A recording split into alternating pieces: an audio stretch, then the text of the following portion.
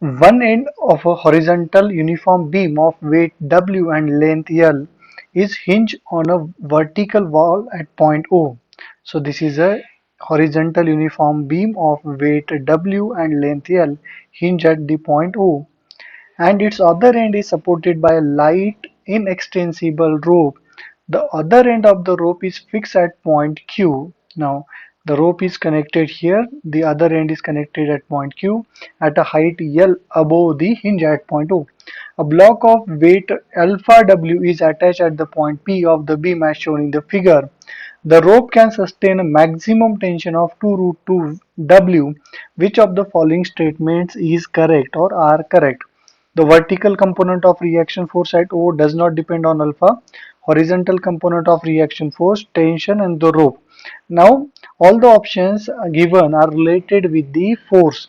Some kind of force, whether it is a tension, whether it is a reaction force. So we'll write the force equation first here. Now see, for this horizontal beam, we the number of forces acting on this horizontal beam are: first one is a gravity in downward direction, that is W. Second one is this alpha W. Next is tension is acting here. Now see, observe one thing, as this length is L, this length is L, so we can say this angle is equal to 45 degree.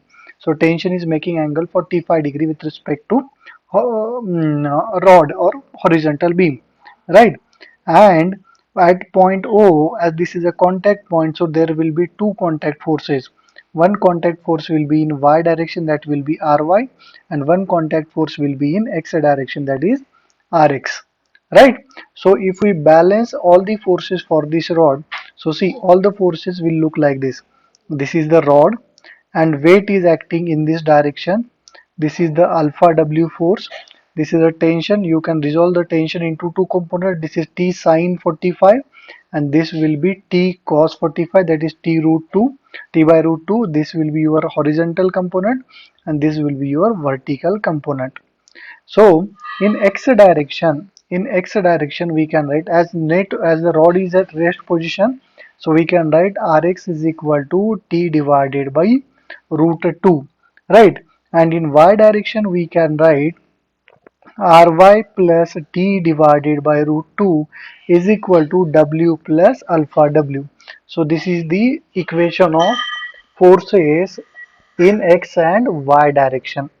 Now, if we apply the formula of torque here, so we know that torque about, as the rod is at rest position, torque about any point is equal to 0, right? So let's say I'm considering this point A, right? So torque about point A can be written as 0. So this will be W into the distance of W from point A will be L by 2, W into L by 2 plus alpha W into L by 2. This torque can be written as is equal to T by root 2 into the total length from this will be L, right? So L will cancel out here. So this will be equal to W by, no wait, this ये क्या आएगा यहाँ पर, ये भी L ही होगा ना, L by 2 कैसे होगा, अल्फा W का distance from this will be L only. So this will be W by 2 plus alpha W is equal to T divided by root 2, right? ये आ गया यहाँ पर। तो अभी कैसे लिखेंगे हम लोग, देखो यहाँ पे t बाय रूट टू मिला, ओके, तो t by root two is equal to w को कॉमन लिया जाए तो this will be 0.5 plus alpha. अभी एक एक ऑप्शन देखते हैं हम लोग। Vertical component of reaction force at O does not depend on alpha. तो वर्टिकल कंपोनेंट कौन है रिएक्शन फोर्स का, आर वाई है। तो सी, आर वाई क्या है यहाँ पर, R Y is equal to T by root two W plus alpha W, right? Okay, see here. Option number A. Vertical component is Ry is equal to W plus alpha W minus T by root 2. From this equation we can put T by root 2 as, so Ry is equal to W plus alpha W minus, this will be W by 2 minus alpha W. So alpha W will get cancelled out. W minus W by 2 is W by 2. So see, value of vertical component is W by 2, means it is independent of alpha. So option A is a correct one. The vertical component of reaction force at O does not depend on alpha. Now the horizontal component of reaction force at O is equal to W for alpha is equal to 0.5. Now see, horizontal component has a value T by root 2. So we'll see for option B, horizontal component is equal to T divided by root 2, and we have T by root 2 as W plus zero point 0.5 plus alpha. So this is equal to W into 0.5 plus alpha. Now vertical, if alpha is equal to 0.5, so alpha is equal to 0.5, then Rx can be written as 0.5 plus 0.5 is equal to W. So horizontal component will be W.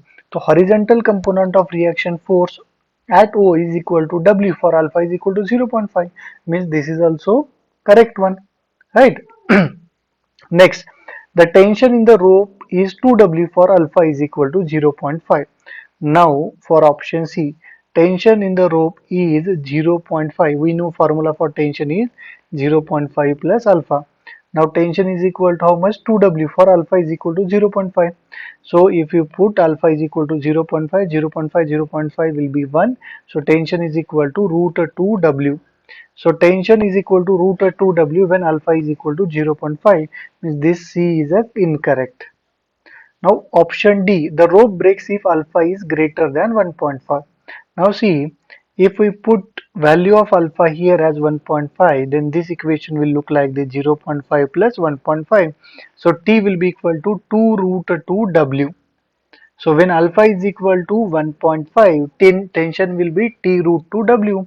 Now so we know that the break maximum tension the rope can sustain is 2 root 2 W, as the value of tension is greater than 2 root 2 W, it will breaks, right? So we can say the rope breaks if alpha is greater than 1.5. So option D is also correct one.